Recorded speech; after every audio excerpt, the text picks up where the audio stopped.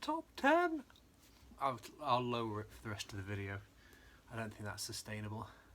So, after days of media speculation, tabloid blackouts, that thing, Super Injunction, I got one of those.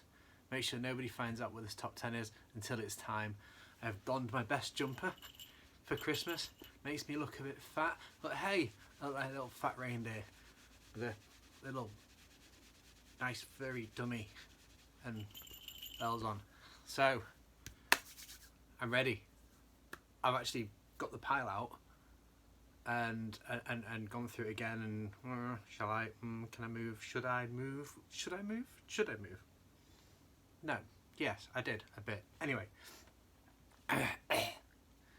10, the 10th, my 10th favourite album of the past decade, and this one actually edged its way into the top 10 maybe about 3 weeks ago when I saw this act live, and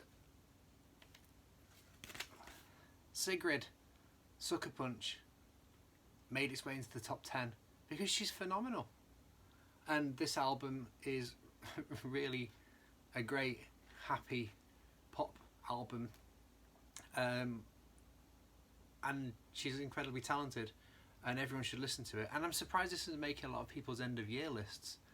I keep seeing these lists from trendy organisations who are picking people I've never heard of, and Sigrid's not on it, but yeah, I think this is absolute class, absolute quality. It is big league stuff. And number 10, Sucker Punch, Sigrid. My favourite track off this would be, this is actually really difficult because there's a couple of EPs that sit alongside it that have got great tracks on as well. I'd be tempted to go High Five. High Five didn't make this album. So I am going to go for Don't Kill My Vibe. Don't Kill My Vibe is my pick off Sigrid's Sucker Punch. Okay, the 9th best song of the album of the past 10 years is Everything Everything Get to Heaven. It's got an absolutely hideous cover. I don't know. I would have just preferred that to the zombie with a ring trying to shove its fingers in someone's eyes and nose. I'm sure it means something to someone, but anyway, to the music, from beginning to end, it's great. I've spoke about everything before. They have really sinister, quirky lyrics. They say some horrible things that are quite, did they sing that? But it's delivered in such a joyous pop, synth pop, indie, electro, guitars way. And my favourite track of this is No Reptiles. And if you see Everything live, and they do No Reptiles, and the entire crowd singing along the lyric, oh baby, it's alright to feel like a fat child in a pushchair.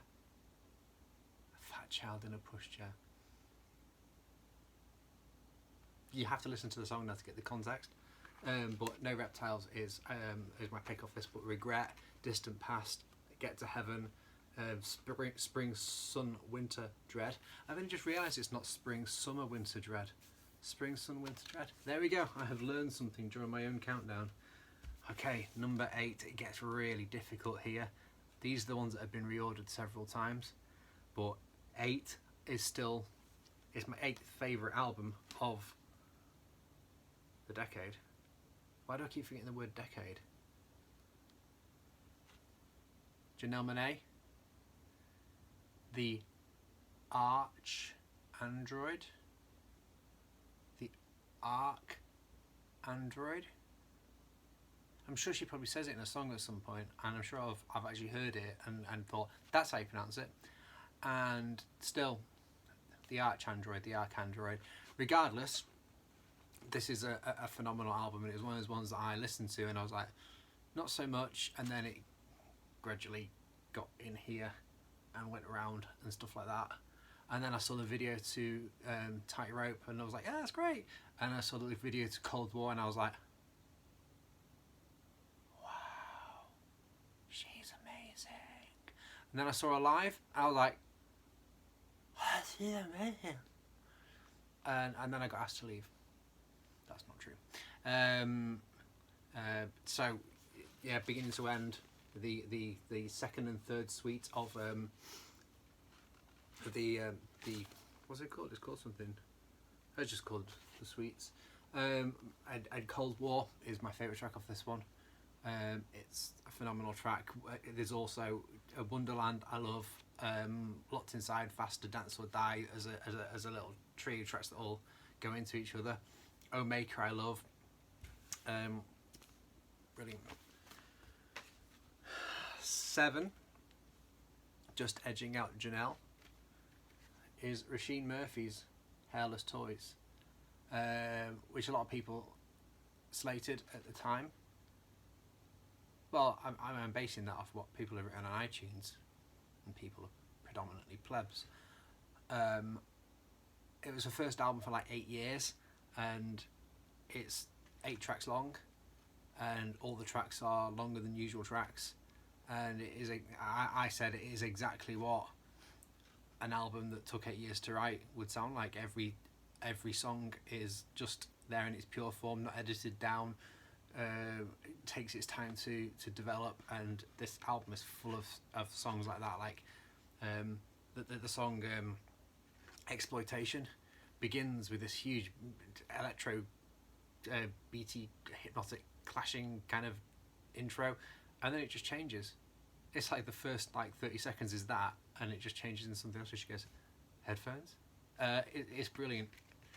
My favourite track of this, however, is Unputdownable. It's arresting. Listening to it, it's arresting. The structure of the song is just brilliant, and the way it compares somebody to a book that they can't put down. Brilliant. Also, it also amuses me greatly if Hannah's watching this. That every time I hear the song Hairless Toys, That's Gotta Hurt, it reminds me of Hannah losing everything in a board game just as the song came on, and it makes me smile because I like it when Hannah loses board games. That was my 7th favourite album. 1, 2, 3, 4, 5, 6. 6th favourite album. I might even change it round at this point. Shall I change it round? Shall I stick with what I've got? I mean, I've only got 7 minutes left to do this video now. 7th favourite album. Oh, it's such big stakes. I feel like I'm wounding these albums, putting them in lower positions than others. Kylie, Aphrodite. Now, if I wasn't already holding a record, I would make the arms, and you wouldn't be able to see my hands because it's quite a small frame. Kylie, Aphrodite, brilliant pop from beginning to end. It flows wonderfully, each track into the other, fierce and mighty, like the title track says. It looks like she's trying to grab my face, doesn't it? No. My favourite track off this, it's difficult to choose. It's got to be All the Lovers. I'd be tempted to say Cupid Boy because I think Cupid Boy is brilliant, but All the Lovers, when you see her do it live, and just at the bit, just the rainbow candles of confetti, just absolute joy. This album is an absolute joy from beginning to end. And 5, Kylie Golden.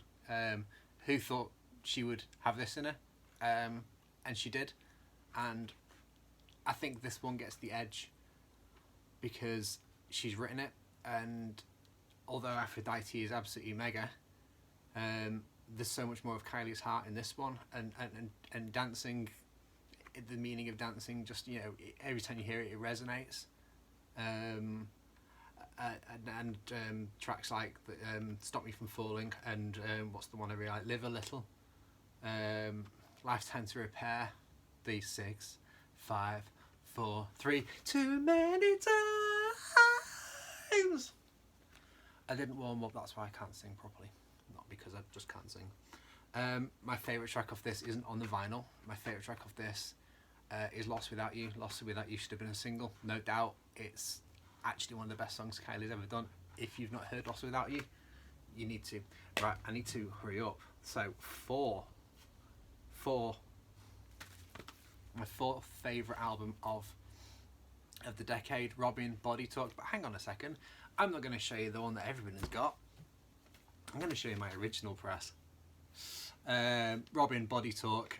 It talk about pop albums that just nail it. This nails it, beginning to end. There isn't even a weak moment, even slightly. From beginning to end, every song, every lyric, every delivery, every beat is perfect. Absolutely perfect. And actually, these two albums, they're both the same album, but they've got a different track listing. So between it, I've got all three of the Body Talk EPs on the records, which, brilliant. And my favourite track of this has got to be You Should Know Better. I mean, Dancing on My Own, obviously, but You Should Know Better is my favourite, because it amuses me every single time I hear it. And I once set it to my ringtone, and it went off in a meeting, and suddenly everybody was hearing from my phone, You should know better than to fuck with me. And they didn't. 3, my third favourite album of the decade, Björk, Biophilia. Now, I'm probably going to lose most of you here. Biophilia explores music and nature and technology in a way that just, there's nothing like it. Nothing sounds like this album. Not even other Björk music sounds like this album. And I was lucky enough to see it done live at the Manchester International Festival twice. And it's great, apart from one track that I really don't like, Dark Matter, not so keen, but a part of the album, great. So my favourite track of this one is Mutual Core. The structure of that, just the like a volcano, which is the intention of the song. 2, second favourite album of the decade. You can see where this is going. Björk, Vulnicora. I couldn't listen to this album without crying for about maybe the first 5 or 6 times I listened to it. Did me every single time, as she explores the breakdown of her marriage and just lays it all bare for everyone to hear. It's devastating and wonderful. And my favourite track of this is Quicksand. Absolutely, the on that just gets me. It just draws me in. But as a whole, this is one you got to listen to the whole album as one thing. And I adore it. It's wonderful. And I've removed the outer cover because I prefer the inner cover art, where she's exposing her vulnerability. Okay, so you probably guessed what number 1 is. My favourite album of the decade is the follow-up to Vulnicora, Utopia. And this is an absolute masterpiece. I was lucky enough to see it live last month, and it just hammered home how amazing this album is. It's all bird noises and flutes and nature noises, and Björk exploring how she's learning to love again and celebrating new relationships and still angry about what's happened, but embracing the world, and it's joyous. And people have said that they can't really find the joy in there, and I just think it's brimming over with joy.